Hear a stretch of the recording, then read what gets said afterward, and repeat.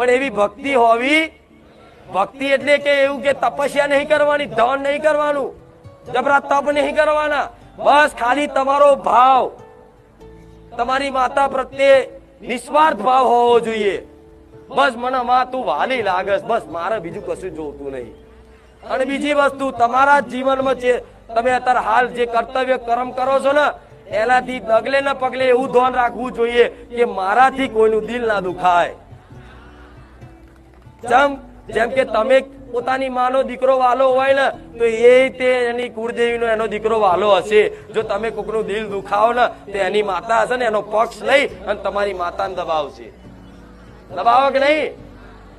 એટલે ડગલે ને પગલે આટલું ધ્યાન રખાય કે કોઈને મજાક મસ્તીથી તન મન વચનથી તમારાથી કોઈને તકલીફ ના પડી જાય, દુઃખ ના લાગી જાય, એનું દિલ ના તૂટી જાય, એનું હૃદય દુઃખી ના થઈ જાય.